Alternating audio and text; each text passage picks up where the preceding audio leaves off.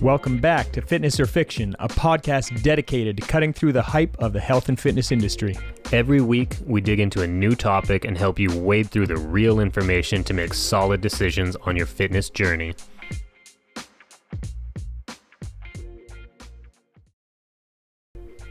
And boom, we're live. Boom. Happy with that. Okay, we're back. It feels like it's been a long time. Has it only been 1 week? It's only been one beautiful week, but it's snowing outside now, so something's changed. That's beautiful. I want snow for Christmas. Yeah. Welcome back to Fitness or Fiction, Welcome. a podcast where Curtis is punching hype directly in the face. I like punching hype in the face. There's, nobody gets upset. Well, some people. We're talking about ballistic stretching, going down our mobility rabbit hole. Yeah, ballistic stretching today. So there's a few things to wade through with that. I was curious about this one because I knew about static stretching. I knew about what else did we cover? PNF stretching, foam rolling. These are all things that I was familiar with. I wasn't really I wasn't familiar with what ballistic stretching was. It sounds really crazy. Yeah, well, it's not that crazy. Like, it's your sprint warm-ups, your leg swings, like things that are developing speed. Yeah. I was doing ballistic style stretching for a long time. Like, it's something that I think a lot of martial arts actually do. Absolutely, yeah. When they're warming up or cooling down.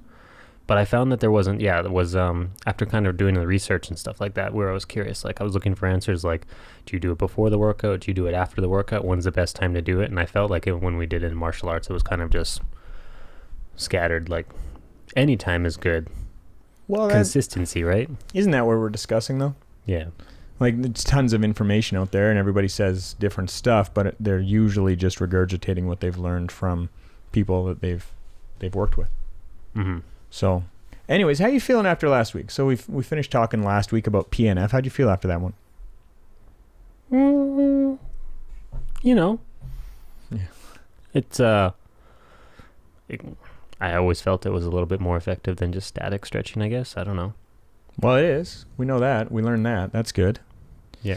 This is one thing that research is really interesting about. People think that they're going to get into research and it's just like, here's the answer. But that's really what this is all about, is that it's not just about like a flat out answer. And you will find kind of guidance towards what you do, but it's very rare that you find a study that's like, oh, this changes everything. Now everything's different. It's usually like, oh, that's going to help me organize a bit better. Here's the answer for everyone. So everyone can do the exact same thing and there's no more variance. Everyone's just going to do the same thing and we're all going to achieve great flexibility.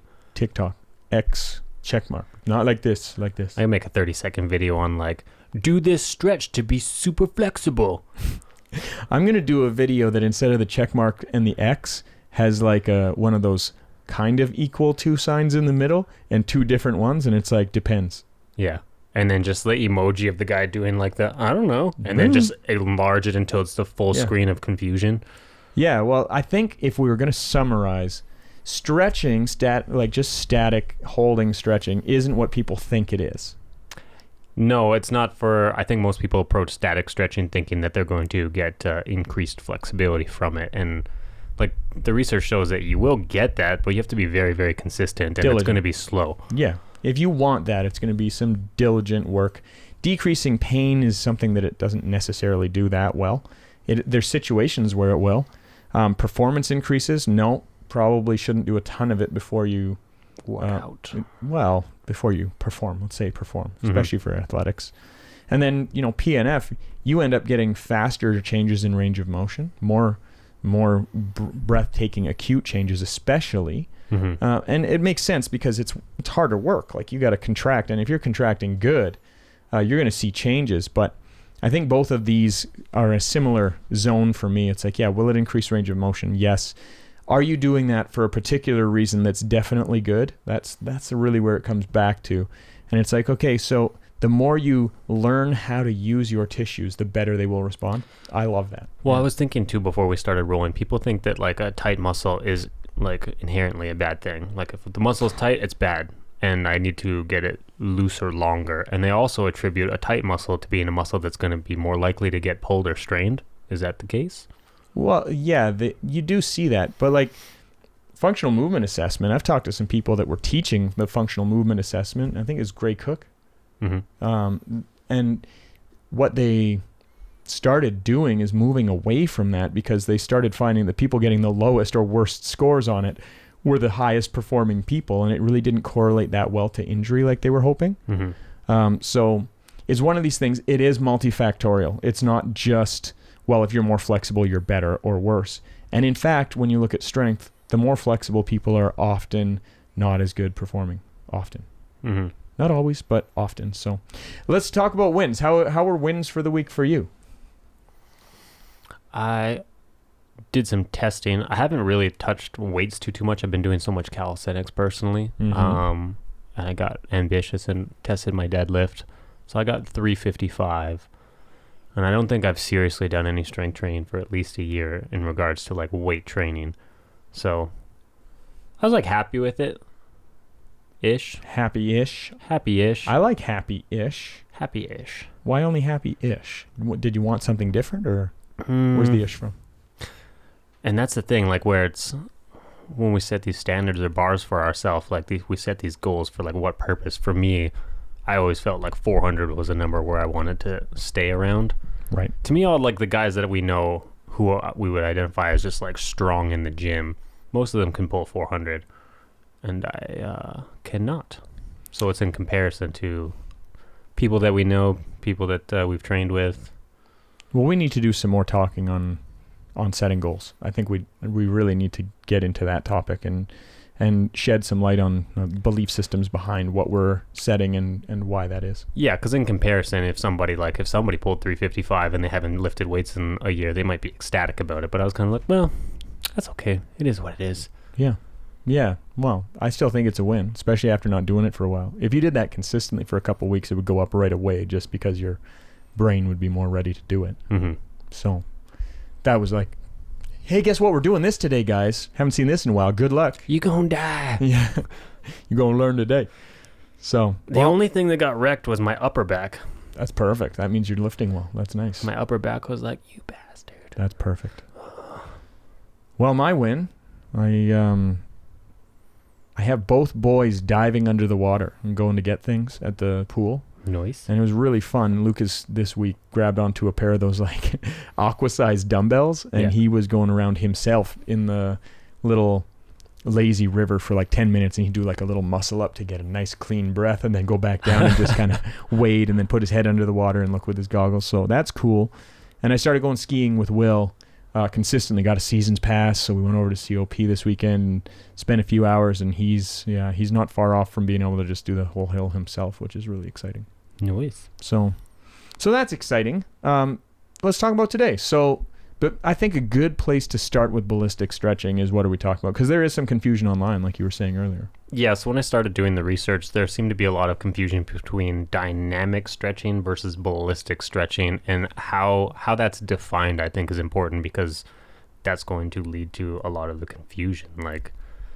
Yeah, I think that starting from a nice clean standpoint is a good place to start. So let's create our terms here, because it's not always the same in research or articles online, and so let's try to create some clarity where there's not a whole ton. Yeah, there just didn't seem to be a very concrete, society agrees that the definition of dynamic stretching is slow controlled movements to your own personal end ranges, versus that's how I would define dynamic stretching.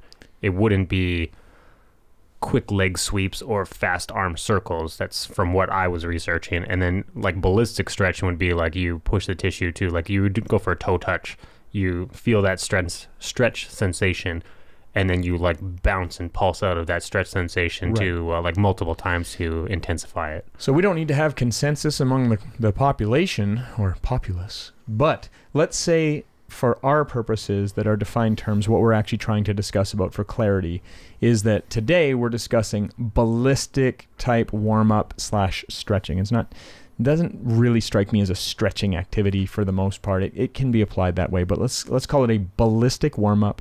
And our definition of that is going to be something that includes development of speed. Would that be fair? I don't think all of the ballistic stretching needs to have that much speed, though.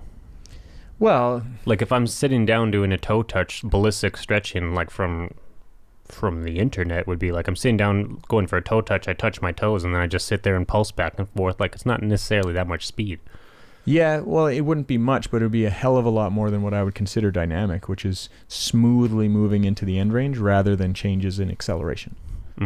So like the pulse would be pretty notable changes in acceleration or changes in speed. Yeah, and I think myself included, anyone listening or searching that might think that speed would be like, you're actually like getting a lot of like maximal speed, not just like a quick pulse. Yeah. So yeah, I think saying nice and cleanly like development of acceleration / speed, when you start seeing big changes in that or even small changes in acceleration, where it's like, okay, well that's more ballistic, whereas something that's dynamic would be more characterized by an even controlled pace. Would that be clear? Yeah. So if you're listening, that's the starting point here. Ballistic type warm-ups. I don't like calling it stretching because, yeah, you can do your end range pulses, but a lot of what you'll see is going to be things like leg swings or sprinting drills or leaping drills or, explosive type push-up patterns and things like this. That relatively clear? Does that kind of make it clearer? Yes and no for me. When I was researching ballistic straight, like, because I was searching specifically ballistic stretching, not ballistic warm-up, and it was all like, to me, what I was finding, it was all like static positions that you would then pulse in and out of. Well, that's beautiful. So it wasn't necessarily like push-up drills or sprinting drills or anything like that. That would be classified more down the dynamic route, whereas like it would be like lifting your leg up onto a surface where you feel a hamstring stretch and then just pulsing it. So the ballistic stretching, from what like my point of view, was all like sitting in whatever static stretch you have, but then pulsing in that static stretch. So you got into the more like ballistic stretching and I got in more to the ballistic warm-up side of things? Maybe that's what it might be. Yeah. Well, that's okay. So we got two ends of ballistic. I like that. That actually, I think there's strength in that. That's good. We can get into that.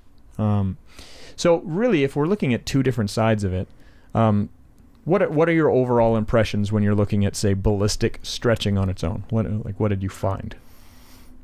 Well, immediately as I started Googling, like, just ballistic stretching, like studies, research, like the benefits and things like that everywhere. Scholar Google?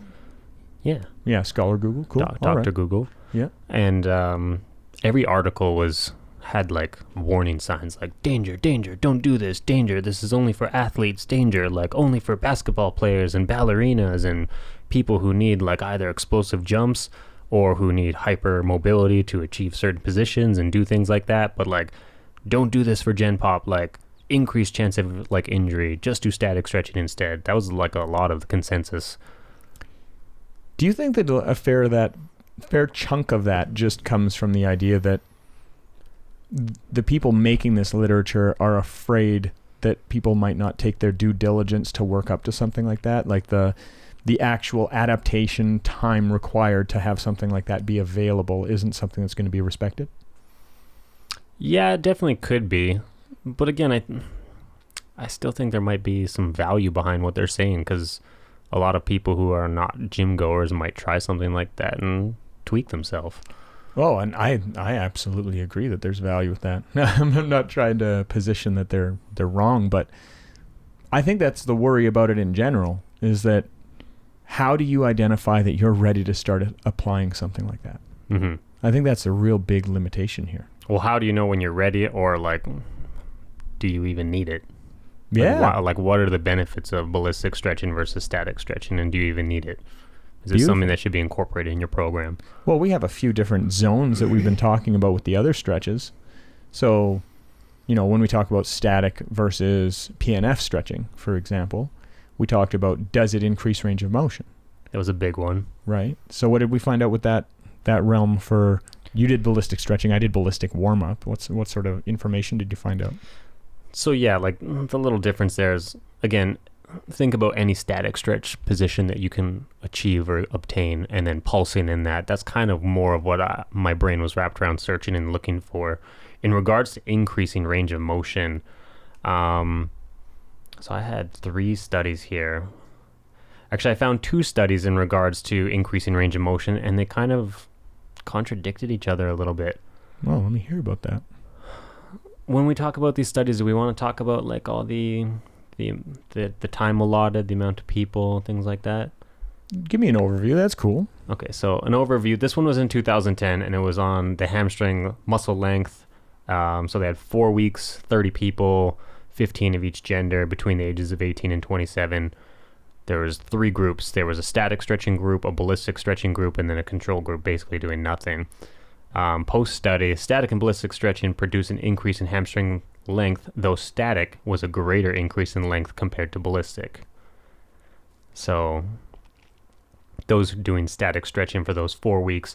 Oh, and like, I don't know who creates these studies, but this one specifically was only a 30-second stretch, one set of a 30-second stretch 3 times a week. It doesn't even really seem like enough to affect anything to me, but like apparently there was mild, they had an increase, but I'm surprised we saw anything with that amount of input. Yeah. And then a similar study basically concluded that ballistic stretching is better than static stretching in improving the range of motion on a tight individual. And it didn't really give me the details like how much it increased. So I found 2 studies that are both within the 2010 range. One said that static's better, one said dynamic's better, or ballistic. Yeah, I found one 2018 and by J. Michael Ryan Publishing, Inc. Yeah. The actual authors, there's a variety of authors, but this is more of a meta-analysis done by Lima, Camila, and others. And really what they were doing was checking on, this is actually the one that I got that was ballistic stretching. And they're saying, while enhancing joint flexibility, may also decrease the hamstring and quadricep strength ratio. And they would call that a knee strength imbalance. And they were basically saying that like the more experienced ballet dancers didn't have decreases in performance and actually some increases in leaping. But what this points towards is what we'll talk about a little bit later, which is the outcomes of actually doing ballistic type movements on performance. To me, that's really interesting. But what they started finding is, it will change some length tension relationships a little bit, but not significantly. And in a lot of ways, they were basically leading towards the idea that it's maybe not a good thing. Mm-hmm. So it's like, well, yeah, do you want that adjusted? Was the real question that I came out of that article with. Like it was a pretty big one to read, but it didn't really come up with anything significant. A lot of the stuff that was like significantly insignificant, strength ratio differences between the quad and hamstring, they're saying contributes to knee instability, but there was no demonstrated injury. So like the makeup of that was kind of challenging for me. Mm-hmm. But really, let's just kind of dispense with some of the formalities and say, okay, so when we were looking at our static variations, it's like, okay, so is this good to decrease pain or injury? Yeah. And I would say for somebody who's had an injury, this is not a great thing to use. Yeah. So that's fair. That's clear. I don't think it's in regards to injury, I don't think it actually helped much aside from like the feeling that it's helping just because you're giving the tissue attention. Yeah. So there's a couple here that talk about performance, and performance is actually one of those things that it's like, well, really, the question people ask is, how the heck should I warm up? Like, warm-up routines are all over the place, and that's a whole other podcast. Yeah. Well, that's where we're going to have to go. How long should I warm up? Yeah, it's where we're going to have to go after all of this. But one of the big things that we look at as far as force development and that sort of thing, power performance can benefit from dynamic or ballistic type warm-ups is what they're saying. But when they get deep into it, so the article that I brought up specifically was talking about ballistic stretching or aerobic performance to evoke post-exercise hypotension, meaning your heart is going to respond better after exercise. So this one, I found it was a standout, and it basically discussed the idea that by doing either just a light aerobic warm-up or a ballistic type protocol that your performance in the max, they were doing biking in this particular one. It was done in 2017. And it was done by a whole bunch of people's last names that are really hard for me because they have like 4 names, but like Dos Santos and Costa and Ribeiro. But it basically demonstrated there's no changes in their max output bike after their warm-up routine, but their post-exercise heart measures, so like heart rate variability, systolic and diastolic, were much more favorable for the ballistic and the low-level aerobic group. So I think that kind of lends itself towards like, well, does that set up the system a little bit better? And I would argue, yeah, get some blood pumping before you ask a lot to go. Be like, well, you start your car, you let it warm up, you go slow before you go fast. That makes sense to me. So that was interesting for me. But when we look at, for somebody that's trying to decrease pain or decrease the chance of injury, this might not be the best thing, but it can help with some indicators of performance. So did you find anything that was like, this is good for decreased risk of injury or recovering from an injury? I didn't find any. Kind of, sort of, not really. I'm going to go on a different route because it's kind of correlates to injury or how you feel or pain, I guess. Sure. So one of them was like the effects of ballistic stretching on delayed onset muscle soreness and creatine kinase, which is CK.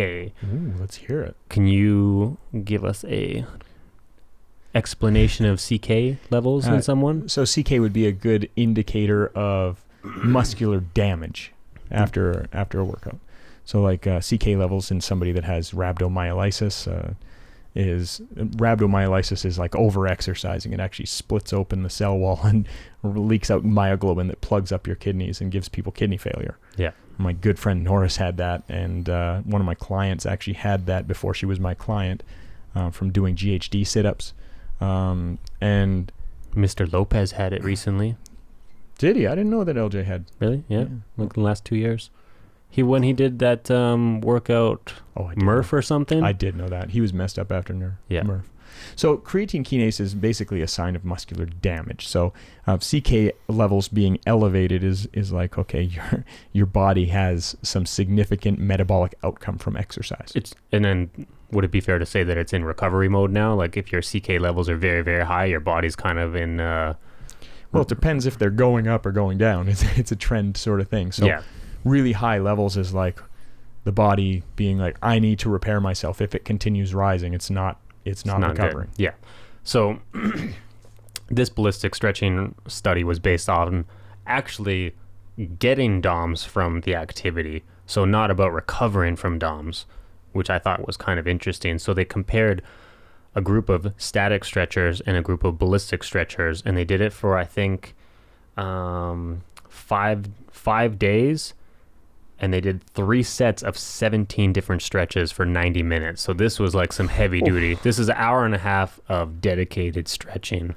See, this is more of the stuff that I like to see because like they gave a significant stimulus. You should see some outcome. Yeah, so that's what I'm saying. So this one, like they were stretching a lot, like hour and a half a day, 5 days a week, and they were crushing. And they tested their CK levels before they were stretching, and then 24 hours after to monitor the CK levels. So it was about like perceived soreness from stretching. So it'd be like if you were doing a static stretching program for 90 minutes, is that going to make you sore tomorrow? So delayed onset muscle soreness, DOMS, from a stretching routine. Interesting. Yeah. Okay. And then ballistic stretching, essentially doing the same routine, except we're doing the same stretching routine, except you're just going to sit in a hold, and I'm going to sit there and pulse it. Yeah. Okay. So it was kind of weird. When I first was reading it, I thought it was about recovery, and then I realized that it was actually like the stretching giving the pain in the DOMs. But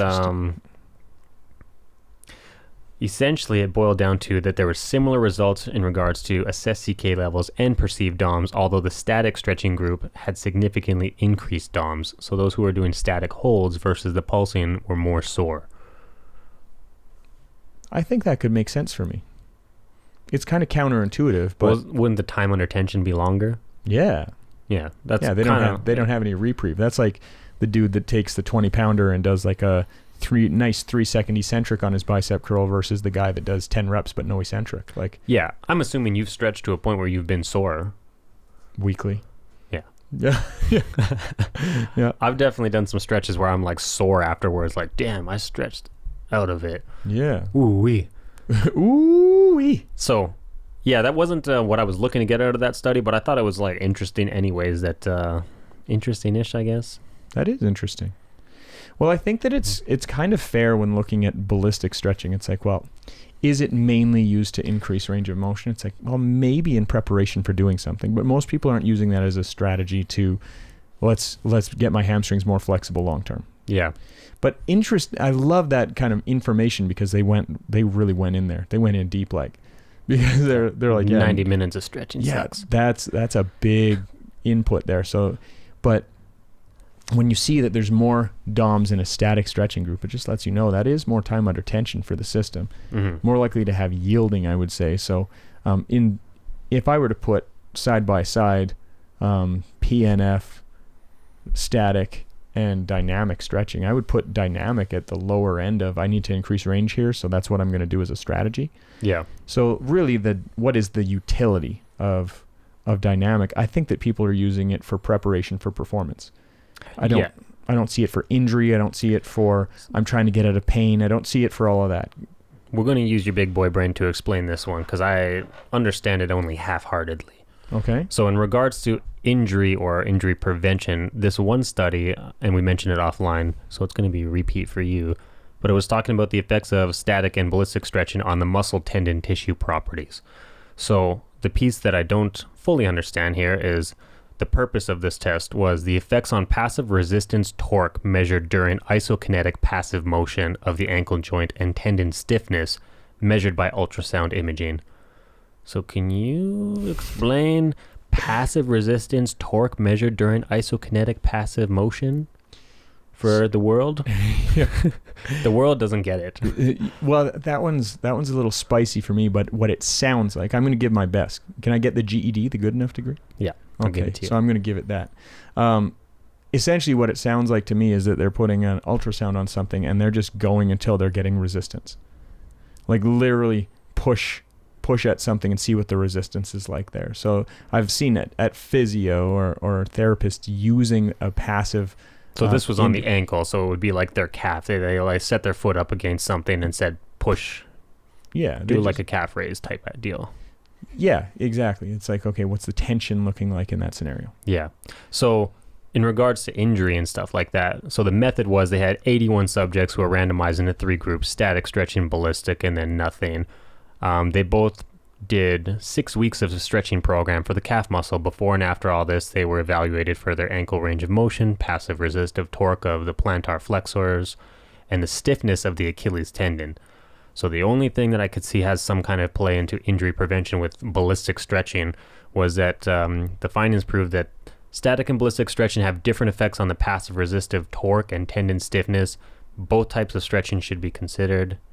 Oh, I'm reading too far ahead. Basically, ballistic stretching had a decrease in stiffness of the Achilles tendon and static stretching did not. So I'm kind of curious as to what effect a decrease in stiffness in the tendons would be or translate to in the body. Well, that would really depend like on the person that you're talking about, like the context. So stiffness in the Achilles tendon is particularly an issue for people above 35 because your connective tissues really change over right around that phase of life. I've witnessed 2 Achilles tendon ruptures myself. I was there, and it's like, and it makes you want to throw up. But it's just empty after that. So like you want to make sure that tendinous tissues have extensibility still. So I think that doing dynamic activities is a good idea, especially when you look at, what are the things that are going to stop the elderly population from falling? People keep saying balance, and it's like, yeah, but I'm not talking about losing balance all the time. I'm talking about stopping from falling because I don't have really good balance anymore, but I used to. And what would stop me from falling was I could express power very quickly. You can move your foot out. It's like when you see on America's Funniest Videos, the dude that goes to catch a ball misses it, and then he starts tipping over nice and slow, and it keeps getting more and more because he can't take a big enough step fast enough to stop himself. Yeah, that's interesting you say that, because I think even about myself, like we live in Canada and it's snowing and icing and stuff. If I slip on ice, I rarely fall on my ass. Yeah. I basically can always catch myself, and like through an expression of power or just an adjustment of position, I can change position very quickly to make sure that I don't fall. It might look crazy like while I'm doing it, like, wow. Well, and I would say very clearly that I believe that with the older population, we don't need to avoid the ability to express power. We need to figure out how to express power in a safe environment for them. Because if balance is one indicator, power is power output, or the ability to develop speed out of just your body, not a large weight, but just your body or your feet, is going to be a big indicator on, can I save myself? Yeah. So those are two really important concepts to train. So, on that, when we start talking about tendon extensibility and things like that, if it's showing that over static stretching that we can actually get more, well, the tendon, what is the tendon's job? Like the tendon doesn't have all those sarcomeres or anything. It's collagen-based tissue, right? So it's kind of like an elastic. If it gets old and dry, like how are you going to service a tissue that you've never challenged in the way that you want? And it's really like when you get those problems. People that are doing martial arts every single day don't typically run into those problems with ruptures. That's usually somebody that they were really high-level martial arts or something like this, and then they didn't do that for a while and express power that way. And then when they come back to it, they hadn't reconditioned the tissues. And when you see tissue ruptures, especially in populations that are using, say, enhancement agents, what you end up running into is that the muscles can get stronger faster than the tendons. What's an enhancement agent? There's many of them. Is it organic? I don't know. Holistic? I wonder if you could get it non-GMO. So, if there's androgens or anabolics involved, what you can have is muscle tissue that gets really, really strong really, really quickly, but the tendon tissue turnover is like twice the time plus a little bit of muscle tissue. Yeah. So the muscle gets so much stronger that the tendon isn't actually ready to bear that load, and then you see tendon ruptures. And that's not only people that are using androgens or anabolics, but the juice. That's what Curtis is saying. Yeah, that's what the I'm talking juice. About. So, but when it comes to that, it's like, well, should we be conditioning tissues for things that are like what we want them to do? I would say the answer is yes. So ballistics, I think, have a place when you're looking at ballistic type activities. I think it's pretty clear that they do. The other thing that I looked up here when we look at dynamic warm-ups was an article from Switzerland, actually, in 2015 by Seitz and Half. And it starts half spelt H-A-F-F, not H-A-L-F. It's not a half person. Factors modulating post-activation potentiation. When we start looking at post-activation potentiation, we're looking for preparing the neurology and the physiology to do something. So we're preparing your brain and your muscles to work together for a task. So for example, you would see if somebody is going to lift a large weight, they'd probably lift a smaller weight first. If somebody's going to do a max jump, they'd probably do like some skipping or some semi-high jumps first. Yeah, it makes sense. Like it follows that you would do that. But this effect, you can have carryover. Meaning, if I'm doing ballistic type activities, I can have carryover to other types of ballistic activities. So what they did was they did a study on conditioning activities and all sorts of different ways that they could develop power. And when they did that, they were like, well, what is the result if I do look at all of these different studies? This is a meta-analysis, so lots of them. But they're looking at like, okay, well, is this going to impact the jump, the sprint, the throw, and upper body ballistic exercises? And what are the influences of different types of these activities? And also, as a third piece, how do people with different levels of strength respond? And this was interesting for me because they're like, yeah, well, the potentiation or the increased performance of a power exercise, meaning throwing or jumping or whatever, was actually pretty small for jumping, throwing, upper body ballistic exercise and whatever, but it was relatively moderate for sprinting performance, which is really interesting. And then they said that this effect was larger among stronger individuals and those with more experience in the gym. So for me, when I see that, they're like, yeah, the best things were plyometrics as far as carryover, and the people that best used that were people that were stronger and had more experience in the gym. Mm-hmm. That follows for me because that person has trained their neurological system to respond. Mm-hmm. And they've also trained it to connect with the tissues that it's going to use. But after looking at all of this, I think the utility for the average person, the average gym goer, is relatively limited. The utility for dynamic stretching or ballistic stretching or ballistic warm-ups is more towards people that are going to endeavor to do something that is ballistic in nature. So the weekend warrior that's doing volleyball, you probably want to have some of that. But if you're not going to play volleyball and you're just going to head to the gym and do the treadmill and some weights, it's not a absolute necessity, but it is something that's good to have kind of in your back pocket and do things that are relatively ballistic, because having that speed component is good for you. And this would be like pre-activity. Absolutely, yeah. From my point of view, or my conclusion, I guess, because my objective of searching for ballistic stretching was like sitting in a static position and doing your generalized local stretches that everyone knows. Like you sit on the floor with your legs out and you reach for your toes. I think Gen Pop would almost naturally do some pulses in that. Like they just kind of naturally pulse it and then hold, just out of more habit or just out of old lessons that were taught, whether it was like from your old gym teacher or from your old instructor, your old coach, or whoever. To me, it was very it was very generalized that's just kind of how you approach it. You sit down, reach for your hamstring, pulse, pulse, pulse, and then do a big hold for a little while. Then pulse, pulse, pulse, and then grab the other one. Pulse, pulse, pulse. Yeah, you know what? I actually think that there's a big case to be made that if somebody's doing dynamic activities or plans to, which is most people, that they should be teaching their tissues how to respond to that at some point. Mm-hmm. The ways that you do that, the real devil is in the details here. How are we going to do that? I think we can find much better ways than pulsing at your hamstring. Yeah. I think that if you were to say, like in Shaolin, we used to have our hands and keep our body stable, and we'd kick our leg up diagonal and keep our leg straight and kick it up, snap it back down, kick it up, snap it back down. That to me always felt really, really good as far as control, because I had to keep my my core from changing. Mm-hmm. I had to keep my core the same while I was utilizing power out of my hamstring. And so I think that there is utility there. I do. But I think that the dynamic warm-up or ballistic warm-up, so let's stick with it, how we're talking about it, the ballistic type warm-up is a higher truth than ballistic type stretching. Would you agree with me on that, or do you have a different look at that? You're saying dynamic is a higher truth than ballistic. No, I'm saying ballistic warm-up is a higher truth than ballistic stretching.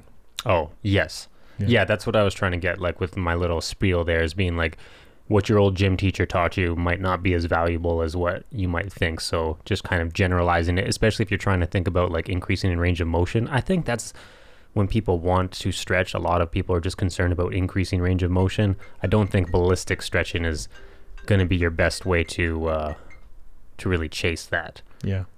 Thus far, out of everything we discussed, PNF seems to be the biggest. Yeah, biggest boy for range of motion. For range of motion, for sure. I think that ballistic warm-up can be really good to express that and to really make sure that we're taking care of our tendinous tissues.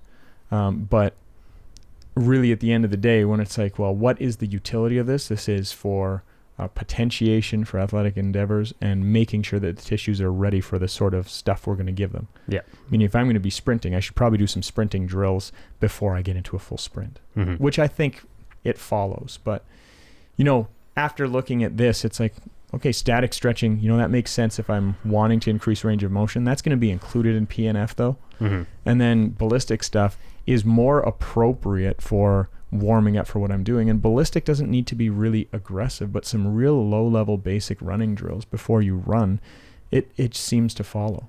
Yeah, I think the drills need to be intelligent for the activity that you're approaching. Absolutely. For sure. I think it needs to be contextualized based on what you plan on doing. Indeed.